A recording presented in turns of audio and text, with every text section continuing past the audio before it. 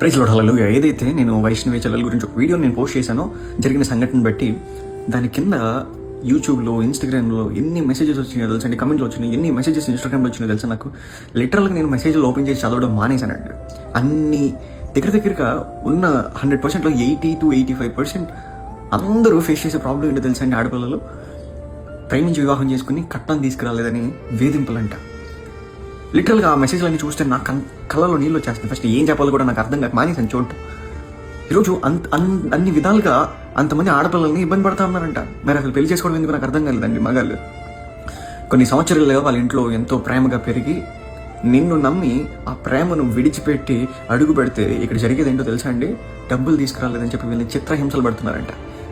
ఎంతవరకు అది కరెక్ట్? ఒక అబ్బాయిగా నీవు నీ ఫ్యామిలీ, నీ తల్లిదండ్రులను విడిచిపెడతావు అంటే మోస్ట్లీ 95% అబ్బాయిలమో నేను ఎందుకు విడిచిపెడతాను. కానీ నీకోసం నిన్ను నమ్మి తను ఎంతో ప్రేమించిన తల్లిదండ్రులను విడిచిపెట్టి నీ ఇంటికి వచ్చింది అంటే చూసుకోవాల్సిన బాధ్యత నీకుంది. ఆ పౌరుషత్వాన్ని ఎక్కడ చూపిస్తున్నారు తెలుసా అండి? ఆ పౌరుషాన్ని డబ్బులు తీసుకురావట్లేదని భార్యల మీద చూపిస్తున్నారంట. నువ్వు నిజంగా మగాడు అయితే నువ్వు చూపించాల్సింది వాళ్ళ మీద కాదు, నువ్వు చూపించాల్సింది నీ మీద. నువ్వు కష్టపడి నేను నీ కోసం ఇది సాధించాలని చూపించాల్సిందా. మీరు ఈరోజు ఏం చేస్తున్నారు తెలుసా అండి? ఆడపిల్లల మీద చూస్తున్నారు. నిన్ను నమ్మి కన్న తల్లిదండ్రులు ఏదైతే విడిచిపెట్టి వచ్చిందో వాళ్ళ ఇంట్లో అంత బాగా పెంచేవాళ్ళు, మనల్ని నమ్మి వచ్చినప్పుడు మనం ఎంతో చూసుకోవాల్సిన బాధ్యత ఉందంటే. అంతేకాని డబ్బులు తీసుకురావట్లేదని చెప్పి లిటరల్గా డబ్బులు డబ్బులు డబ్బులు డబ్బులు డబ్బులు అనే ఆ విషయాన్ని అలా అనుకుంటే గేదెని పెళ్లి చేసుకోవాల్సింది. ఆడపిల్లలు ఒకసారి వారు ఇంట్లో వాళ్ళకి చెప్పుకోలేక, భర్తలకు చెప్తే వారి వెనక, వాళ్ళ తల్లిదండ్రులకు చెప్తే వాళ్ళ వెనక, ఎవరికి చెప్పుకోలేక తెలియక చాలామంది చనిపోతున్నారండి. నాకు వచ్చిన ఒక మెసేజ్ నేను చెప్తాను మీకు. ఒకరోజు ఒక ఇద్దరు భార్య భర్తలు బీభత్సంగా గొడవ ప్రేమించి పెళ్లి చేసుకున్నారు. బీభత్సంగా గొడవ అయిపోయింది.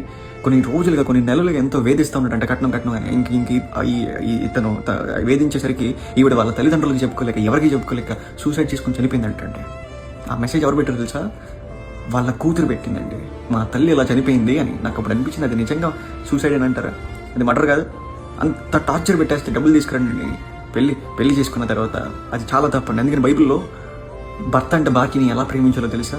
దేవుడు ఏ విధంగా సంఘాన్ని ప్రేమిస్తున్నాడు, సంఘం అని అనగా దేవుడు సంఘాన్ని ఎలా ప్రేమిస్తాడు, తనలో భాగస్వామిగా దేవుడు సంఘాన్ని అంగీకరించిన విధంగా భర్తలు భార్యలను ప్రేమించాలి అని ఉంది.